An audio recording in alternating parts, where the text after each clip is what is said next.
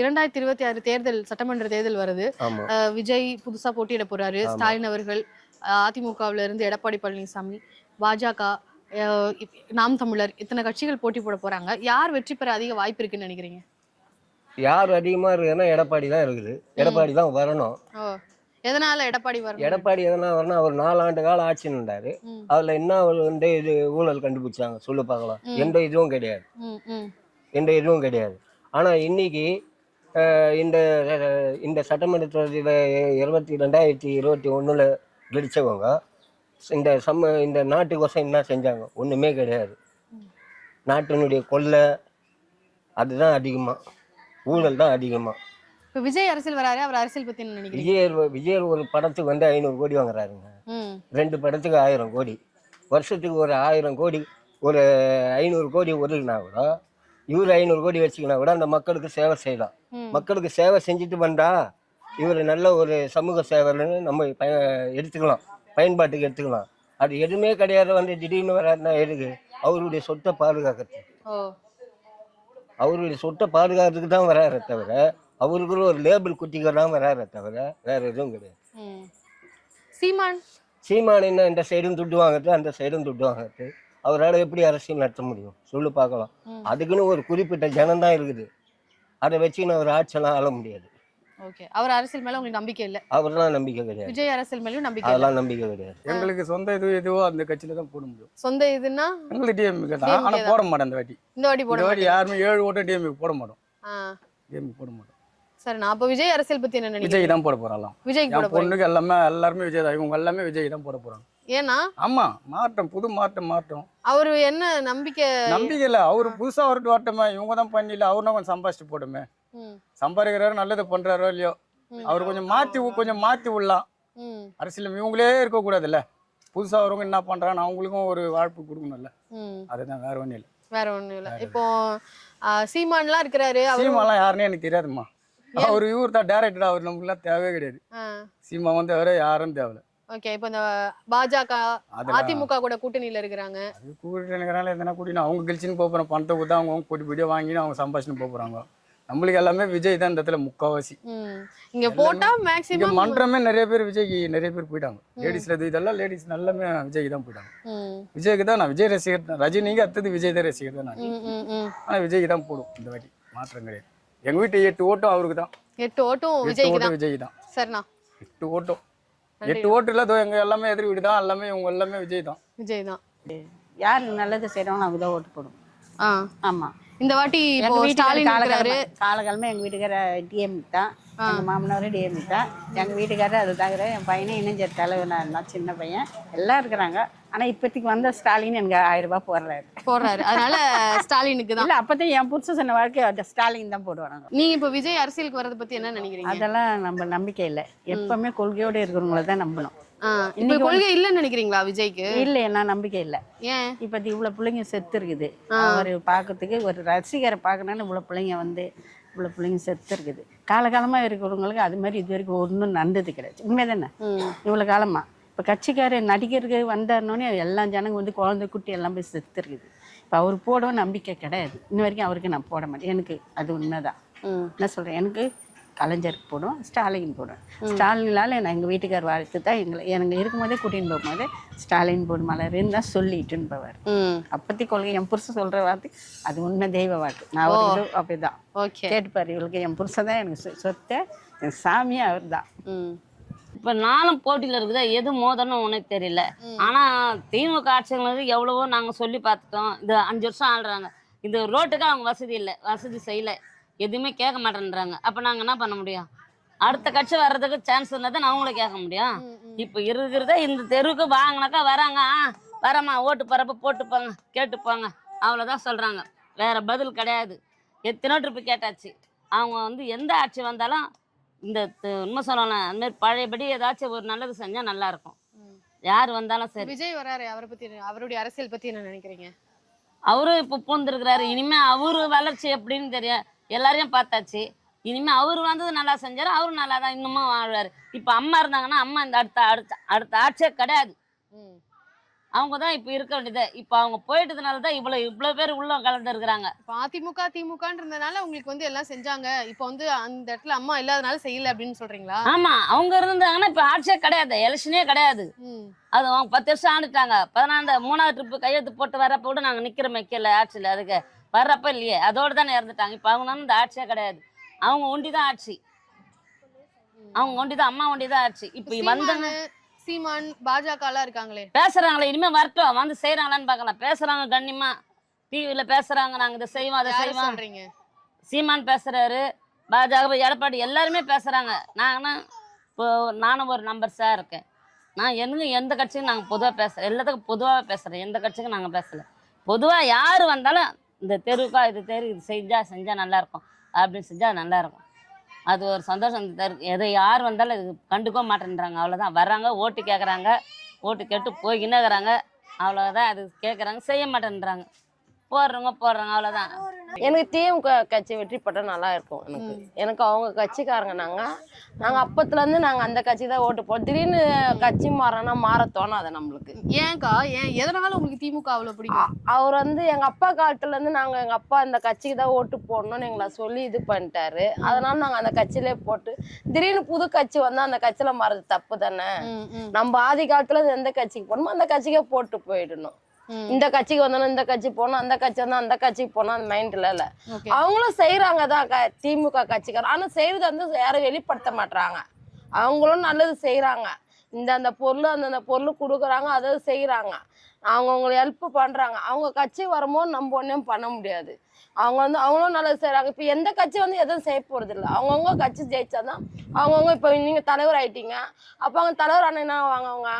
அவங்க வேலை தான் அவங்க பார்ப்பாங்க. நம்மளுக்கு வந்து எந்த ஹெல்ப் பண்ண மாட்டாங்க. இப்போ ஏன் கட்சிக்காரங்க வந்து தலைவர் ஆட்டானா இவங்க வந்து எங்களுக்கு எதுவும் பண்ண மாட்டாங்க. நாங்கள் உழைப்போம், எங்களுக்கு தான்.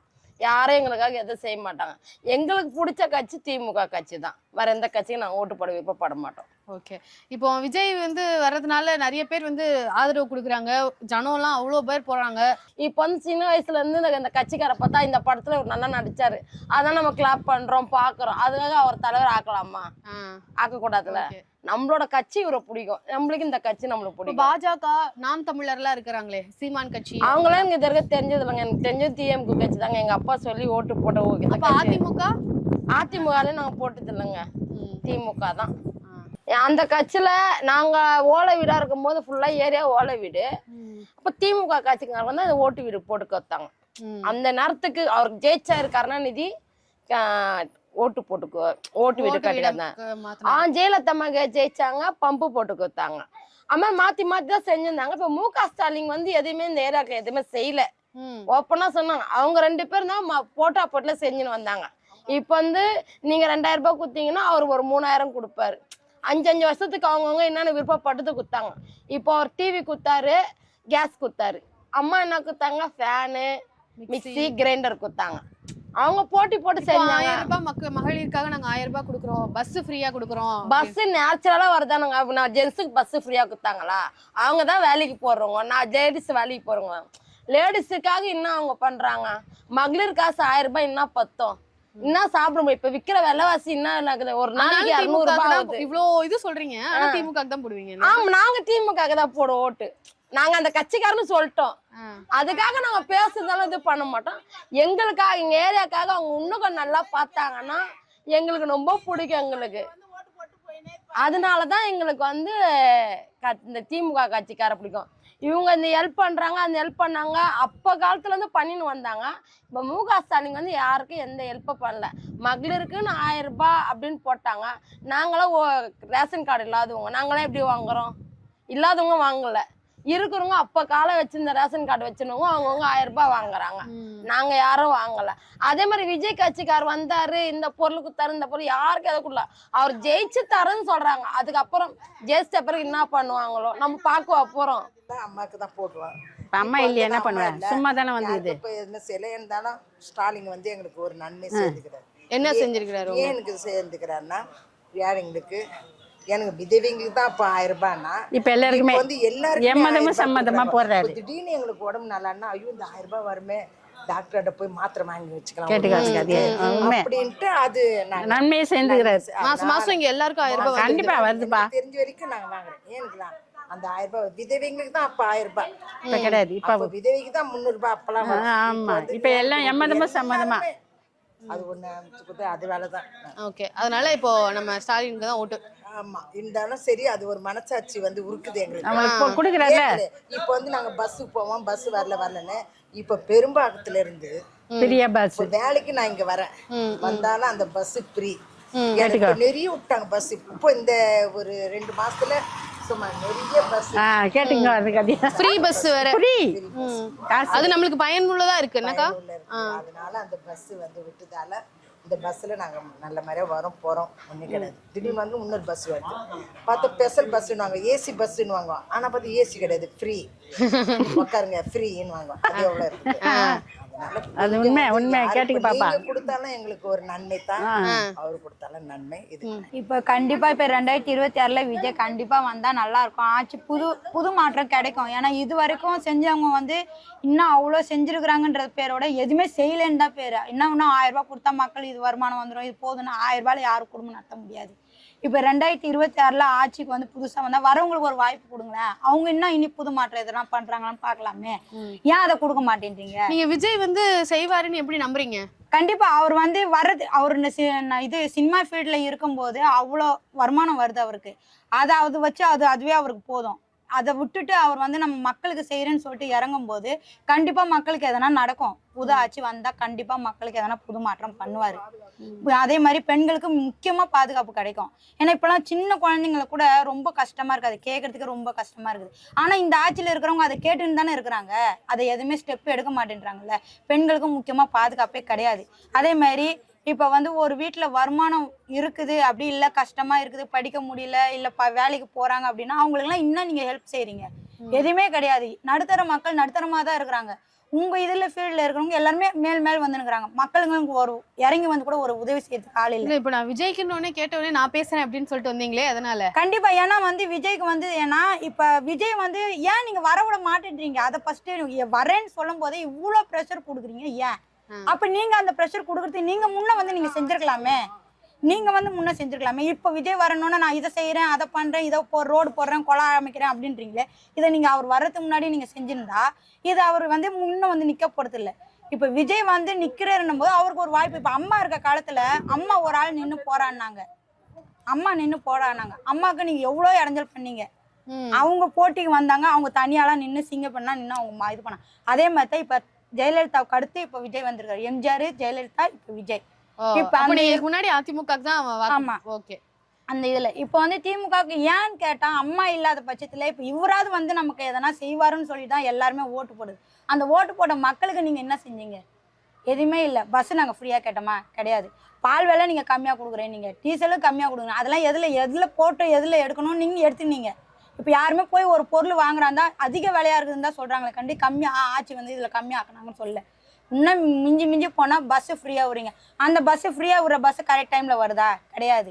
அதுக்குன்னு தனி ஒரு பஸ் விட்டீங்க, அதுல நீங்க வருமானத்தை எடுத்துக்கிறீங்க. பாஜக சீமான் அவர்கள் எல்லாம் போட்டிடுறாங்க, அவங்க எல்லாம் வேஸ்ட்டுங்க. அவங்க எல்லாம் வந்து என்ன சொல்றது, விஜய் இப்ப தற்கூரின்றாங்க. தற்கூரியா இருக்கிறவங்க வந்து அதுல ஆச்சரியக்குரியா கேட்கிறாருல, அதுக்கே நீங்க பதில் சொல்ல மாட்டேன்றீங்க. அவர் கேட்கிற கேள்வி ஒவ்வொன்றும் கரெக்டா தானே கேட்கிறாரு. உங்ககிட்ட ஆன்சர் இருந்தா நீங்க அதுக்கு ரெஸ்பான்ஸ் பண்ணலாம். உங்ககிட்ட அது எதுவுமே கிடையாது. அதனால அவரை வந்து நீங்க வர விடாம தடுத்துன்னு இருக்கிறீங்க. அவர் கேட்கிற பதிலுக்கு உங்களால பதில் கொடுக்க முடியல. ஏன் ஸ்டாலினுக்கு அப்புறம் அவங்க பேரன் வராரு, அவங்க பேரனுக்கு அப்புறம் அவங்க பேரன் வராரு. ஏன் வெளியாளுங்களுக்கு நீங்க சீட்டு கொடுங்களேன்? ஏன் உங்களுக்குள்ளே சீட்டு கொடுத்துனுக்குறீங்க? வெளியாளுங்களுக்கு நீங்க கொடுத்தாதானே அவங்க வந்து என்ன செய்யறாங்கன்னு பார்க்க முடியும். இப்ப எம்ஜிஆருக்கு அப்புறம் எம்ஜிஆர் புள்ளியா வந்தாங்க கிடையாது, ஜெயலலிதா அம்மா வந்தாங்க. ஜெயலலிதா அம்மாவும் ஜெயலலிதா அவங்க புள்ள வரல. இவங்க ஆட்சியில் அப்படி இல்லையா? புள்ள, அதுக்கப்புறம் புள்ள, அதுக்கப்புறம் மருமகன், மக, இந்த மாதிரி தானே அவங்க ஆட்சிக்குள்ளேயே தானே அவங்க அமைச்சுன்னு இருக்கிறாங்க. இப்போ புதுசா வாய்ப்பு வருது. இப்போ விஜய்னு வந்து ஒருத்தர் நமக்கு வந்து செய்யறாருன்னா, ஆனா இந்த வாட்டி விஜய் அவங்க வாய்ப்பு தவறி விட்டுட்டாங்கன்னா அது மேல வரது ரொம்ப கஷ்டம். சரிங்க, எல்லாருக்கும் நல்லது செய்யணும். இப்போ வந்து முகாஸ்டே வந்து 1000 rupees போட்டிருக்காரு. ஸ்டூடெண்ட்ஸ் ஹெல்ப் பண்ணுறாரு. கவர்மெண்ட் ஸ்கூல் வந்து புக்ஸ் இஷ்யூ பண்ணுறாங்க, ட்ரெஸ்ஸஸ் இஷ்யூ பண்ணுறாங்க. எல்லாமே கவர்மெண்ட் ஸ்கூல் பெனிஃபிட் இருக்கு, ப்ரைவேட் ஸ்கூலில் பெனிஃபிட் கிடையாது. விஜய் வந்து அதெல்லாம் செய்வாருன்னு உங்களுக்கு தோணலையோ? இல்லை அவர் சித்த தானே 4 பேருக்கு தெரியும். அவருக்கு எதுவுமே ஸ்பீச் எதுவும் கொடுக்கல இல்லைங்களா அவரு. இப்போ வந்து ஸ்கூலெல்லாம் ஹெல்ப் பண்ணுறாங்க, ஸ்டூடெண்ட்ஸ்க்கு ஹெல்ப் பண்ணுறாங்க, பஸ் எல்லாருக்கும் ஃபேர் ஃப்ரீ பண்ணியிருக்காங்க நம்மளுக்கு. இவங்களாம் எதுவுமே பண்ணது இல்லை. விஜய் இவரு வந்து ஒரு இதில் வந்தால் தான் என்ன பண்ணுறாங்க பெனிஃபிட் இருக்கும் நம்மளுக்கு. எதுவுமே பண்ணாத நம்ம எப்படி சொல்ல முடியும் விஜய் போடணும். இப்போ அந்த 1000 ரூபாய் நீங்கள் எப்படி பயன்படுத்துறீங்கக்கா? நாங்கள் வந்து பசங்களுக்கு டியூஷன் ஃபீஸ்க்கு எதுக்காக யூஸ் ஆகும் நம்மளுக்கு, எதனா பசங்க ஸ்நாக்ஸுக்கு, எதுக்கான ஒரு ஹாஸ்பிட்டலுக்கு மெடிசன் வாங்குறதுக்கு எதுக்கான ஒரு யூஸ் ஆகும் எங்களுக்கு. நான் டிஎம்கேக்கு தான் ஆதரவு கொடுத்துக்கிறேன். முக ஸ்டாலின் தான் இப்போ எங்கள் வீட்டுக்காரிலேருந்து நான் ஒரு இறந்தும் இந்த 15 இதோ அவருக்கு தான் போட்டுட்டு இருக்கோம். எங்கள் வீட்டுக்காருக்கு போது அவருக்கு தான் போட்டோம். வேறு யாருக்குமே நாங்கள் ஓட்டு போட்டது இல்லை. இந்த வாட்டி ஏதோ மாற்றுறாங்க கொள்றாங்கன்னு சொல்லின்னு இருக்காங்க. நாங்கள் எதுவும் இல்லை, எதுக்கு போட சொல்கிறாங்களோ அது போட்டால் நம்மளுக்கு சோறா வரப்போகுது இல்லை. இன்னைக்கெல்லாம் போய் எங்கன்னா வீட்டு வேலை செஞ்சு 10 பாத்திரம் தேய்ச்சாதான் நம்மளுக்கு சாப்பாடு. இந்த 1000 ரூபாய்லாம் கொடுக்குறோன்னு சொல்றாங்களே, அதெல்லாம் பயன் எனக்கு வரலம்மா 1000 ரூபாய் நான் வாங்கல. ஏன்னா சில பேர் சொன்னாங்க நீங்க விதி பணம் வாங்குனீங்கன்னா உங்களுக்கு அது கிடைக்காத போயிடும், அது கிடைச்சிச்சுன்னா விதி பணம் கிடைக்காத போயிடும். நாங்கள் விதி பணம் நான் 1000 முட்டை வாங்கலாம். இது காட்சி மாறின உடனே யாருக்கு எப்படி ஆகுதுன்னு. நீங்க என்ன வேலை பார்த்தீங்க? நாங்கள் வீட்டு வேலை தான்மா பார்ப்போம், மேல் வேலை தான் பார்ப்போம். ஹவுஸ் கீப்பிங் வேலை கடிச்சுன்னு இருந்தது. இப்போ வயசாகிடுச்சு, யாரும் கொடுக்க மாட்டேன்றாங்க. ஒரு 40 வயசு மேலே ஹவுஸ் கீப்பிங் வேலைக்கு எடுக்க மாட்டேன்றாங்க. இப்போ சீமானு, விஜய் இவங்கெல்லாம் அரசியலில் இருக்கிறாங்க. விஜய்லாம் இப்போ தான் வந்திருக்கிறாரு. அவங்க அரசியல் பற்றி என்ன நினைக்கிறீங்க? யார் வந்தாலும் எதுவும் செய்ய போகிறது கிடையாதுடா. இந்த ரோடு எப்போ எம்ஜிஆர் இருக்கும்போது ஒரு கடுப்பை கல் போட்டாங்க. இந்த பள்ளத்தை போன வருஷம் ஓட்டு எலெக்ஷனுக்கு வரும்போது இந்த பள்ளத்தை கொஞ்சம் மூடி விடுங்க, பிள்ளைங்கெல்லாம் விழுந்துருதுன்னு நாங்கள் கேட்டுகிட்டே தான் இருக்கோம். அதை கூட மூடின பாடு கிடையாது. யார் வந்து என்ன பிரயோஜனம் ஆக போகுது? இப்போ விஜய் வந்தாருன்னு கேங்க, அவரெல்லாம் வந்து இதெல்லாம் செஞ்சு தர போகிறாரா? நாங்கள் செய்கிறோன்னு சொல்லிட்டு அவர் கூட இருக்கிறவங்க பணத்தை வாங்கிட்டு அவர் சாப்பிட்டுடுவாங்க. அது வந்து செஞ்சு தர மாட்டாங்க. உண்மைதானே இது? உண்மைதானங்க? சொல்லுங்க, இது எதனா பொய் இருக்கா? இப்போ கலைஞர் கட்சியில் கூட நான் இந்த ஊரில் நான் இருக்கேன், நான் தான் கவுன்சிலர் இப்படின்றாங்க. கவுன்சிலர் வந்தாலும் செய்ய மாட்டாங்க. யார் வந்தாலும் இது வேலையை செஞ்சு தர மாட்டாங்க. நாங்கள் இந்த ரோட்டை தான் கேட்டோம். திரும்பி எங்கள் வீட்டை பற்றியெல்லாம் நாங்கள் கேட்கவே இல்லை. எடுக்கலன்னு தெரிஞ்சிச்சுன்னா நாங்கள் எப்படின்னா வீட்டு வேலை செஞ்சானா நாங்கள் ரெடி பண்ணிக்குவோம். எங்கள் குடும்பம் இருக்கிற வீட்டை அது எடுக்கிறாங்கன்னு தான் நாங்கள் கேர்லெஸ்ஸாக விட்டுட்டு கொஞ்சம் அமைதியாக இருக்கிறோம். எடுக்கலன்னு தெரிஞ்சிச்சுன்னா நான் திரும்பியெல்லாம் நோண்டிட்டு பார்த்துக்குவேன் வேலையை. எடுத்துட்டாங்கன்னா அந்த காசும் போயிடுமேன்னு சொல்லிட்டு அதோட இருக்கிறோம் நாங்கள். ஆனால் விஜய் வந்தாலும் யார் சீமான் வந்தாலும் முக ஸ்டாலின் வந்தால் கூட யார் வந்தாலும் நம்ம கஷ்டப்பட்டாதாண்டா கஞ்சி. என்ன சொல்கிறேன், உண்மை தானே? இல்லைன்னா 1 ரூபா தருவாங்களா அவங்க? இன்றைக்கெல்லாம் நான் வீட்டில் உட்காந்தோட இந்தம்மா டீ குடியும் யாருன்னா 1 ரூபா தருவாங்களா? கிடையாது. நம்ம இன்றைக்கி போய் யார் வீட்லன்னா வேலை செஞ்சால் தான் நம்ம ஒரு 50 ரூபான்னு கொடுப்பாங்க. இல்லைன்னா கிடையாது. இல்லை, யார் ஓட்டு போட்டு யார் எலெக்ஷனுக்கு வந்து என்னம்மா பிரயோஜனம் இருக்குது? ஒன்று வேணால் என் மருமகளுக்கு ஒரு ஆதார் அட்டை இந்த அட்ரஸில் மாற்றணும். அதுக்கு போய் நாங்கள் லோல் பட்டு திரிஞ்சிட்டு கிடைக்கலன்னு சொல்லி வந்து உக்காந்துட்டோம். ஆதார் அட்டை இல்லாம தான் இருக்கிறாங்க. ஆதார் அட்டை இல்லை, ரேஷன் கார்டு கிடையாது. என் பிள்ளைங்களுக்கு 3 பேருக்குமே கிடையாது. இப்போ வாக்குரிமை இதுவும் வந்துட்டு எஸ்ஐஆர்லாம் வந்ததுனால நீங்க குடியுரிமை செக் பண்ணுவாங்க. அப்போ உங்க ஆமாம்மா, அவளுக்கு பாடி குப்பம் அங்கே அட்ரஸில் இருக்குது. என் வீட்டு அட்ரஸில் என் மருமகளுக்கு ஒன்றும் கிடையாது. அதை போய் நாங்கள் எங்கே போனாலும் எதனா ஒன்று சாக்கு சொல்கிறாங்க, வேற எதனா கேட்குறாங்க. அது எங்கேருந்து வாங்கணும்னு கூட எங்களுக்கு தெரிய மாட்டேங்குது. சொல்லு, இது பண்ணித்தரோமா, இந்த இடத்துக்கு போமா பண்ணுறோம். அது கிடையாது. மாற்றுறது எவ்வளோ சுலபம் தானேங்க. இப்போ அங்கே இருக்கிற அட்ரஸ் இந்த இடத்துக்கு மாற்றணும், அது சுலபம் தானே. அதெல்லாம் இல்லை. அவங்களுக்கு இந்த இடத்துல எதனா ஒன்று அத்தாச்சி இருக்கணும்னா இந்த இடத்த அத்தாச்சி தான் மாற்றணும்னு சொல்கிறோம். அவங்க இந்த இடத்துக்கு அத்தாச்சி வேணும்னா நான் எந்த அத்தாச்சி கொடுப்பேன்? நான் மாமியார் அட்ரஸ் இருக்குது, புருஷன் அட்ரஸ் இருக்குது, அது கூட ஏற்றுக்க மாட்டேன்றாங்க. புருஷனுடைய ஆதார் அட்டை இருக்குங்க, அதை வச்சு பண்ணித்தாங்கன்னு கேட்குறோம், அதுவும் தர மாட்டேன்றாங்க. எப்படியோட நானும் கோயம்பேடு அங்கே இங்கே நான் 1 வாரமாக லீவ் போட்டுட்டு அழிஞ்சி பார்த்துட்டு வீட்டுக்கு வேலைக்கு போவாது. கிடைச்ச பாடு கிடையாதும்மா. எந்த எலெக்ஷன் வந்தாலும் என்ன ஏழைங்களுக்கு நல்லது செய்ய மாட்டாங்க. நான் நினைக்கிறேன் விஜய்க்கு வந்தால் நல்லா இருக்கும்னு நான் நினைக்கிறேன். ஏன்னா இப்போ வந்து ஒருத்தரே வந்து ஆட்சி ஆளக்கூடாது. யாருன்னா ஒருத்தர் வந்தால் தான் தமிழ்நாடு நல்லா இருக்கும். பெண்களுக்கு பாதுகாப்பு வேணும்னு தான் விஜய்க்கு எல்லாம் ஓட்டு போடுறாங்க. இப்போ விஜய் வந்தால் நல்லா இருக்கும் தான் நாங்கள் நினைக்கிறோமே. விஜய் வந்து நல்லா பண்ணுவாரு நீங்க எப்படி நம்புறீங்க? அவர் பண்ணுவார். இப்போ அவ்வளோ சம்பாரிச்சு எதுவுமே வேணான்னு சொல்லிட்டு வராருன்னா, மக்களுக்காக வராருன்னா அப்போ அவர் வரணும். அவர் வந்து என்னதான் செய்யறான்னு பார்க்கணும்ல. அவருக்கு ஒரு வாய்ப்பு கொடுத்தா அவர் செய்யாமல் இருப்பாரா? செய்வார் கண்டிப்பாக. இப்போ இந்த கரூர் இதில் பாருங்கள் எவ்வளோ அவர் வந்து மனசு நோக்கடிக்கிற மாதிரி என்னென்னமோ பண்ணாங்க அவரை. ஆனால் அவர் அப்போ கூட நான் மக்களுக்காக நான் செய்வேன்னு சொல்லிட்டு துணிஞ்சு வர்றாரு. ஆனால் அவருக்காக ஒரு வாய்ப்பு கொடுத்தா நல்லாயிருக்கும். நாங்கள் இது வரைக்கும் ஸ்டாலின் தான் எங்களுக்கு கொடுக்குறாரு. அவருக்கு தான் நாங்கள் கன்ஃபார்மாக போடுவோம். ஏன்னா காலங்காலமாக நாங்கள் அதில் தான் இருக்கிறோம். என்ன அவங்க வந்து எங்களுக்கு எல்லா உதவியும் பண்ணியிருந்தாங்கிறாங்க. 1000 ரூபாய் மாதமானா வாங்குகிறோம். இன்னொன்று வந்து ஒரு 6000 ரூபாய் ஒன்று உரிமை தொகைன்னு அது வேறு வாங்கினோம். என்ன அது இல்லாமல் நாங்கள் எல்லாமே எங்களுக்கு கரெக்டாக கிடைக்குது. இப்போ விஜய் வந்து அரசியலுக்கு வந்திருக்கிறாரு, அவருடைய அரசியல் பத்தி என்ன நினைக்கிறீங்க? அவர் வந்து நம்ம சினிமாவில் தான் பார்த்துக்கிறோமே கண்டி, நம்ம அரசியலில் பார்க்கல. இனிமேல் அவர் என்ன செய்வார் என்ன செய்ய மாட்டாருன்னு தெரியல. இவர் வந்து இவ்வளவும் செய்துன்னு தாங்கிறாரு. அதேமாரி உரிமை தொகைலாம் எங்களுக்கு கரெக்டாக வருது. 15ஆம் தேதிக்குள்ளே உரிமை தொகை 1000 ரூபாய் வருது. நாங்கள் வாங்குகிறோம். கரெக்டாக வந்துடுது. கரெக்டாக வருது. வீட்டாண்டியே வந்து நாங்கள் ஒரு 1000 ரூபாய் வாங்குகிறோம். அது எங்களுக்கு எவ்வளோ செலவு எங்களுக்கு அடிச்சுன்னு போகுது. ஒரு நாளைக்கு சிலிண்டருக்கு இல்லைன்னா கூட அதை தூக்கி நாங்கள் கொடுக்குறோம். இல்லை பொண்ணுக்கு எதனா கொடுக்குற மாரி இருந்தாக்கா அந்த காசை தூக்கி குழந்தைகிட்ட பொண்ணுக்கிட்ட கொடுக்குறோம். ஏன்னா வச்சுக்குமா செலவுக்குன்னு. போன மாதம் கூட வாங்கி என் பொண்ணுக்கிட்ட கொடுத்தேன். கஷ்டமாக இருக்குதுமான்னு சொல்லிச்சு. இந்தாம்மா ஒரு 1000 ரூபாய் இந்தாம்மா இதை வச்சுக்குமா உரிமை தொகைன்னு வாங்கி உடனடியாக கொடுத்தேன். அதனால் வந்து எங்களுக்கு ஸ்டாலினுக்கு போடுறதுக்கு ரொம்ப விருப்பம். 2026 தேர்தல் வரப்போகுது அப்படின்றப்போ இந்த மக்களினுடைய ஆதரவு யார் பக்கம் இருக்கு? மக்கள் யாருக்காக வந்து இவங்க வெற்றி பெற்றா நல்லா இருக்கும் அப்படின்னு மக்கள் யார் நினைக்கிறாங்க அப்படின்னு கேட்டப்போ பெரும்பாலான மக்கள் வந்து திமுக அப்படின்றது தான் வந்து சொல்லியிருக்கிறாங்க. அதிமுகவையும் சொல்றாங்க. திமுக மேல விமர்சனங்களே இருந்தாலும் நாங்க பாரம்பரியமா திமுகவுக்கு தான் போடுவோம் அப்படின்றத வந்து குறிப்பிடுறாங்க. விஜய் அரசியல் மேலும் இங்க மக்கள் மத்தியில பெரிய வரவேற்பு இருக்கு அப்படின்றதையும் நம்மளால மறுக்க முடியாது. ஸோ இந்த மக்களினுடைய ஒப்பீனியன்ஸ் பத்தி உங்க பார்வை என்ன அப்படின்றத கமெண்ட் பண்ணுங்க. அவங்களுடைய ஒப்பீனியனை சொல்லியிருக்காங்களே தவிர கார்னர் பண்ணி எதுவும் தவறா சொல்ல வேணாம் அப்படின்றது தான் என்னுடைய ஒரு ரெக்வஸ்டா நான் வச்சுக்கிறேன்.